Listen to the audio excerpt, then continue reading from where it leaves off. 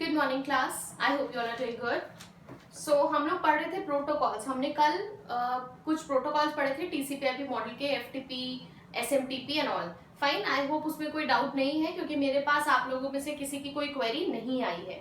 So let's talk about more topics now will talk about telnet. Telnet क्या है उसके पहले हमें जानने की जरूरत है रिमोट लॉगिन।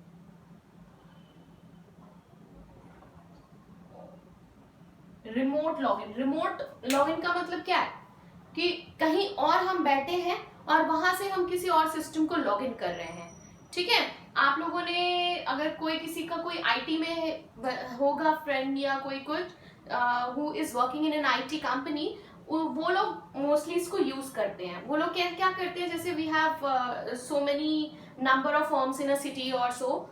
ठीक है, तो if I am a IT person who is sitting at a branch at 115 and my other branch is at sector 100, so and if there's a problem at sector 100 branch, some IT problem, some computer problem, ठीक है, and I'm sitting at sector 115 branch, तो मैं क्या करूंगी, मैं वहीं पे बैठे बैठे रिमोटली उस वाले सेक्टर 100 ब्रांच के सिस्टम को अब 115 वाली ब्रांच से बैठ के रिमोटली एक्सेस कर पाऊंगी और उस सिस्टम की प्रॉब्लम को रिजॉल्व कर पाऊंगी। ठीक है, सो ये तो होता है आपका रिमोट लॉगिन। उसके लिए हमारा एक प्रोटोकॉल लगता है, दैट इज टेलनेट। ठीक है, टेलनेट क्या है, अब जैसे कि मैंने आपको बताया कि ये हो गया क्लाइंट, ये है 100 ब्रांच वाला सिस्टम जिसको मैं रिमोटली एक्सेस करूंगी सेक्टर 105 ब्रांच से। तो ये हमारा यहाँ पे जो काम आता है वो आता है telnet protocol. And then here is the server. ठीक है, here is the telnet server, मतलब ये सेक्टर जो मैं आईटी के बंदी जो 115 पे बैठी हूँ। ठीक है, एंड यहाँ पे वो क्लाइंट है जिसका सिस्टम मुझे बैठे बैठे एक्सेस करके ठीक करना है। उसका कुछ हो सकता है कोई पासवर्ड, कोई यूजर आईडी पासवर्ड है जो कि मेरे को सिक्योर्ड रखना है, बट उस बंदे को वो सिस्टम को यूज किसी और को, किसी थर्ड पर्सन को, किसी सेकंड पर्सन को वो सिस्टम को यूज करना है urgently. So what I do, without telling him the password, मैं यहाँ पे बैठे हूँ बट वहां पे सर्वर होना चाहिए, याद रखिए यहाँ पे सर्वर होना चाहिए, दिस इज द क्लाइंट। ठीक है, and we use a telnet protocol to remotely access the system from one place to another. ठीक है, उसके लिए क्या होना चाहिए कि जो ये प्रोटोकॉल, ये क्लाइंट जो है remote telnet client is available for all major operating systems. Okay, अब एक चीज ये समझिए कि अब हम इसको कैसे एक्सेस कर सकते हैं। ये हमारा होता है हम रन पे जाके, but yes this is something which is already available to all the systems। हर एक मोस्टली हर एक ऑपरेटिंग सिस्टम से वो विंडोज हो, यूनिक्स हो, लिनक्स हो, हर किसी में ये क्लाइंट ऑलरेडी अवेलेबल होता है। ठीक है, ऑलरेडी अवेलेबल होता है, तो हम इसको कहीं से भी बैठे बैठे एक्सेस कर सकते हैं using a command line. Fine, using a command line हम रन पे जाके, और यस ये सिस्टम ऑन होना चाहिए और ये बंदा यहाँ पे बैठे बैठे आप देखोगे कि कर्सर मूव हो रहा है, सब कुछ हो रहा है। ठीक है, यूजर आईडी पासवर्ड इसको देना पड़ता है, इसको हम इसका यूजर आईडी पासवर्ड दे देते हैं और ये अपने आप बैठे बैठे वहां से मेरे सिस्टम को ठीक कर देता है। ठीक है, तो ये तो हुआ आपका remote login and telnet protocol is actually used for this. And yes, TCP IP model पर ये काम करता है, TCP IP network. The next topic we have is wireless और mobile communication protocol. What do you mean by wireless?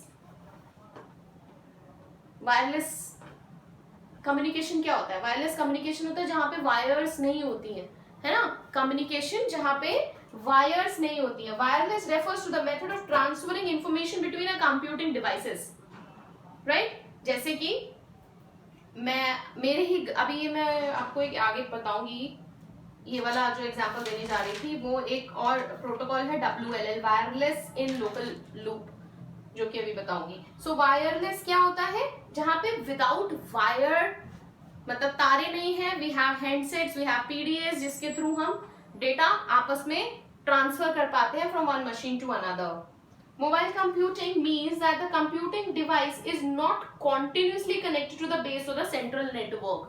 हमेशा connected नहीं होने चाहिए आपस में.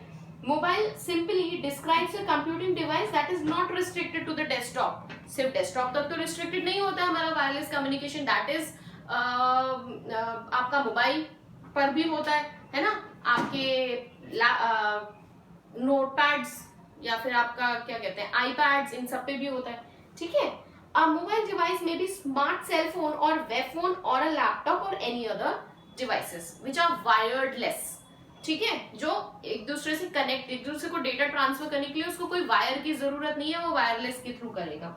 Fine. So let's talk about few of the protocols of wireless mobile computing mobile communication. First is GSM. GSM क्या होता है? Global System. This is Global System for Mobile Communication. Fine. Global System for Mobile Communication, which is one of the leading digital cellular system. Fine. अब ये कहाँ पे establish हुआ था? 1980s में in Europe. And Europe, Asia, Africa, यहाँ पर भी ये काफी स्टैब्लिश हुआ, काफी यूज हो रहा हुआ. ठीक है. एंड बट यूएसए में ये नहीं चलता है. यूएसए में एक्चुअली चलता जीएसएम है, बट क्या है कि यूरोपियन कंट्रीज में, एशियन अफ्रीकन कंट्रीज में 1800 एमबीपीएस होता है. ठीक है. Sorry, megahertz, it's not Mbps, I am so sorry. Megahertz का यूज होता है, बट इन यूएसए 1900 मेगाहर्ट्ज का यूज होता है. ठीक है. इन केस अगर मेरा फोन जो है जीएसएम इनेबल्ड है उसके, और मैं रह रही हूँ इंडिया, दैट इज एशिया में, और मैं जाके अपने उस फोन का जीएसएम यहाँ पे यूएसए में यूज करूंगी तो वो नहीं चलेगा. क्यों? क्योंकि मेरा फोन जो है 1800 मेगाहर्ट्ज जीएसएम इनेबल्ड है, बट मुझे यूएसए में वो सेम फोन यूज करने के लिए 1900 का फोन चाहिए. फाइन. एंड कैसे ये यूज होता है? सिम कार्ड चाहिए होता है. सिम कार्ड का full form subscriber identity module. Alright. Next will talk about GPRS. This is another protocol mobile computing, wireless mobile computing protocol. Fine. इसकी फुल फॉर्म क्या होती है? General packet radio service. General packet radio services. Okay, that is what packet based wireless communication technique that charge based on the volume of data. GPRS की full form होती है general packet radio services. ये हमारी जो एक technology है, ये हम चार्जेबल किस बेसिस पे होती है? The amount of a data, the larger the amount of a data you send, you download or you receive, you will be paid accordingly. You will be paid higher. If you will download a small file, you will be charged less. Fine. और इसमें क्या है कि अगर आपका traffic जो है, मतलब आपकी जो ट्रैफिक है, जिस रास्ते से आप वो डेटा मंगा रहे हैं वहां पे बहुत ट्रैफिक है, से मतलब जिस वायरलेस कम्युनिकेशन के थ्रू जीपीआरएस, ये वाला आपका प्रोटोकॉल के थ्रू आप जो भी डेटा डाउनलोड कर रहे हैं, अगर उस लाइन पर बहुत ट्रैफिक है तो ये क्या होगा? आपका डेटा बहुत स्लोली आपका ये डेटा होगा, डाउनलोड होगा. ठीक है. ये जो जीपीआरएस टेक्नोलॉजी है, ये आपकी 2G और 3G में यूज होती थी. ठीक है. 2G और 3G में ये वाला प्रोटोकॉल यूज होता था. और स्पीड कितनी रहती है इसकी? 56 टू आपकी 146 kbps की स्पीड रहती है.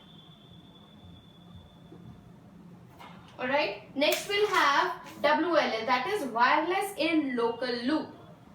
वायरलेस इन लोकल लूप इसका बेस्ट एंड सबसे सुटेबल एग्जांपल है घर के अंदर वाईफाई. कुछ हद तक तो हमारा क्या है? वायर्ड है, कोएक्सियल केबल के थ्रू वायर्ड है. जब तक हमारा वो जो डिवाइस है, वो वाईफाई डिवाइस, जब तक वहां तक वायर्ड है. उसके बाद मैं अपने घर के अंदर या मैं अपने ऑफिस के अंदर कितने भी नंबर ऑफ फोन्स मेरे कनेक्टेड हो जाते हैं, तो that is called wireless in local loop. मतलब लोकली जहां तक मेरी इस वाईफाई की रेंज जा रही है, उस रेंज में जितने भी मेरे फोन्स हैं, मेरा लैपटॉप है या मेरा स्मार्ट टीवी है, मैं इन सबको कनेक्ट कर सकती हूँ, है ना।